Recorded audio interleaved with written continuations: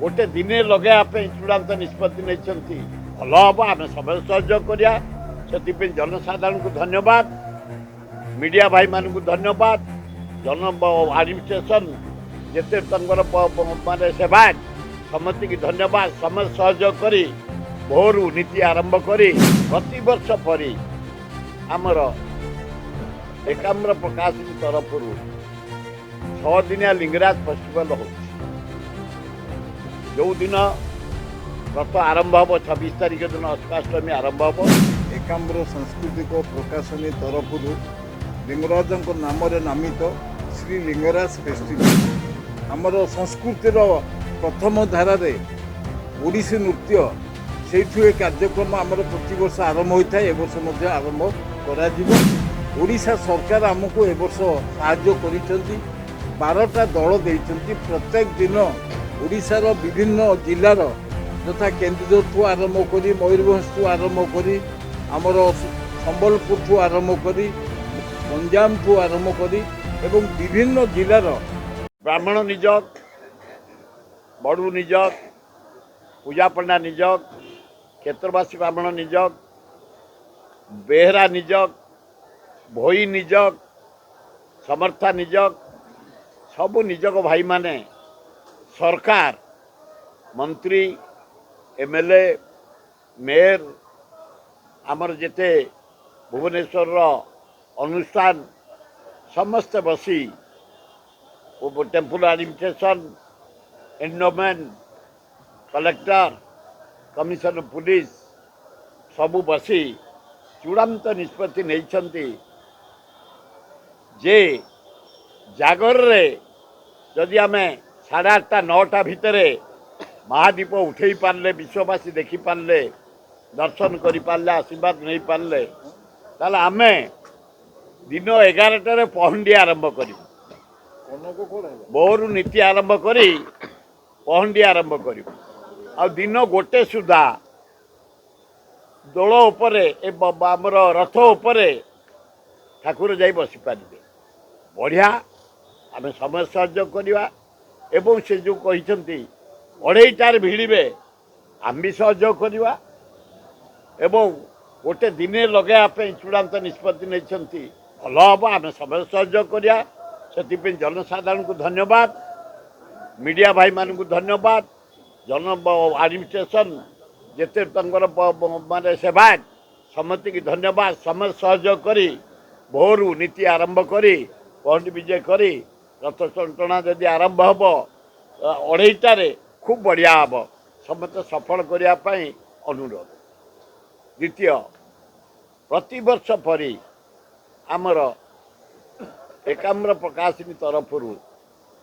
6 दिनिया Lingaraj festival हो जो दिन रथ आरंभ हम 26 तारीख दिन अस्काष्टमी आरंभ हम से राति बाहुड़े फेरला पर्यंत आमर फेस्टिवल आरंभ हो प्रतिदिन हाराहारी 100 ରୁ 150 कलाकार बिहार वेस्ट बेंगल कर्नाटक पंजाब एवं ओडिशा कलाकार माने जोगदेवे एवं आमर गुरु गजेंद्र पंडा आम आगे बस गोटे ओडिशार रत्न नो भारतर रत्न एवं गुरु प्रतिभा पंडा ओडिशार नुह भारत वर्षर गर्व गोटे एवं कला विकास केंद्र बीणापाणी कला केतन उत्कल संगीत महाविद्यालय पद्मश्री महाप्रभु श्री श्री लिंगराजंकर पवित्र रुकुणा रथ उपलक्षे आयोजित करा जाइथे एकाम्र सांस्कृतिक प्रकाशनी तरफ लिंगराजंक नाम नामित श्री लिंगराज फेस्टिवल यही लिंगराज फेस्टिवल टी आमर दीर्घ 37 वर्ष हो गला 37 वर्ष रे पदार्पण कला यही कार्यक्रम को सफल रूपायन करने आकर्षित करने विकसित करने आम सहित सबु वर्ष सामिल होती गुरु गजेंद्र पंडा, गुरु प्रतिभा पंडा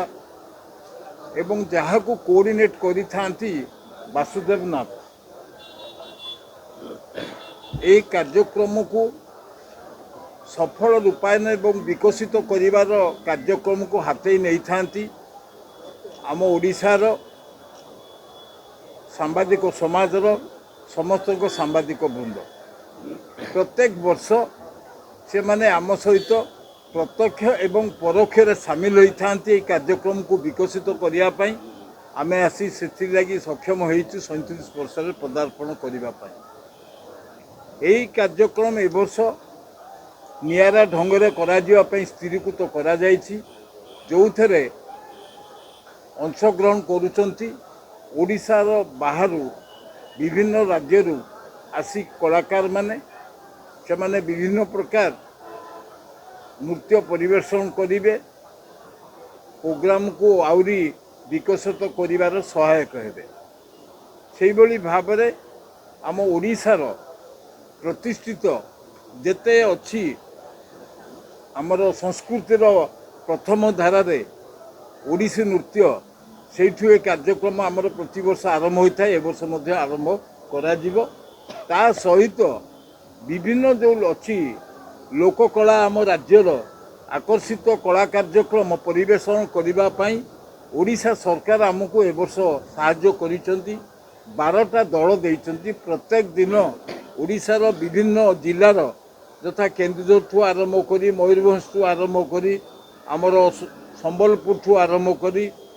गंजाम ठू आरंभ करी एवं विभिन्न जिलार कलाकार माने आसीबे तांकर कला प्रदर्शन करिबा पई प्रभु को आशीर्वाद पाइबा पई। एई थरो शामिल होइचंती बहु कलाकार जो माने विशेष भाबरे कोनोसी साहाय्य सहयोग आमठारु न नेई से तांकर कला प्रदर्शन करिवे आम समस्तंकर मंगल पई तथा निजर प्रभु ठारू आशीर्वाद लाभ करिबा पई। प्रत्येक वर्ष परी एही वर्ष ए कार्यक्रम निश्चित आकर्षणीय हबो। याकू सुदूर प्रसार करिबा एवं संकल्प नेबार कार्यक्रम गोटे रखा जाइछि। आमे वर्तमान जातीय स्तर रे पदार्पण करी कार्यक्रम करी आसीचे 37 वर्ष होला। याकू किभली भाबरे आंतर्जातिक कार्यक्रम करा जिवो मु निवेदन रखिबी मीडिया आगे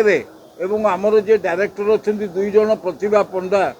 एवं गुरु गजेंद्र पंडा से माने टिके याकू आउ टिके सुदूर प्रसारित करंतु इंटरनेशनल बेसिस रे लिंगराज को जेमती शिवरात्रि बर्तन आमर जातीय स्तर ना करी इंटरनेशनल भी फेमस हो गला। तेणु बहु कलाकार भी आमर हॉलीवुड जगत अच्छी से माने भी आसिक एठी नृत्य प्रदर्शन करने से माने सम्मति देइचंती। संभव जदि ए वर्ष किए आसीपारे सी आसबे ना आसंता वर्ष निश्चिंत योगदान करेंगे बोली तेणु से भितर आकर्षण भाव अच्छा आम नवीन जिला जे इंडस्ट्रियलिस्ट 2026-27 बजेट रे कृषि और कृषकों सर्वांगीन विकास को सर्वाधिक प्राथमिकता देइछंती लोकंको मुख्यमंत्री श्री मोहन चरण माझी। चाषी मानक आर्थिक सशक्तिकरण पई व्यापक सहायता राशिर व्यवस्था सह कृषि क्षेत्र में आधुनिक ज्ञानकौशल और यांत्रिकीकरण को प्रोत्साहन देबा पई अनेक गुरुत्वपूर्ण पदक्षेप ग्रहण करिसंती। समृद्ध कृषक योजना पई 6088 कोटी, पीएम किसान योजना रे 20,230 कोटी, कृषि यांत्रिकीकरण एवं कृषि उद्योग पई 841 कोटी और श्री अन्न अभियान पई 400 कोटी टंकार व्यय बराद करा जायछि। एही बजेट अधीन रे पुष्टि शस्यर चाष और व्यवहार को वृद्धि करने सहित ग्रामीण अर्थनीति को सुदृढ़ करी ओडिशार प्रतिटी कृषक परिवार को एक समृद्ध और आत्मनिर्भरशील भविष्य प्रदान करने को लक्ष्य रखिछंती लोकंक सरकार।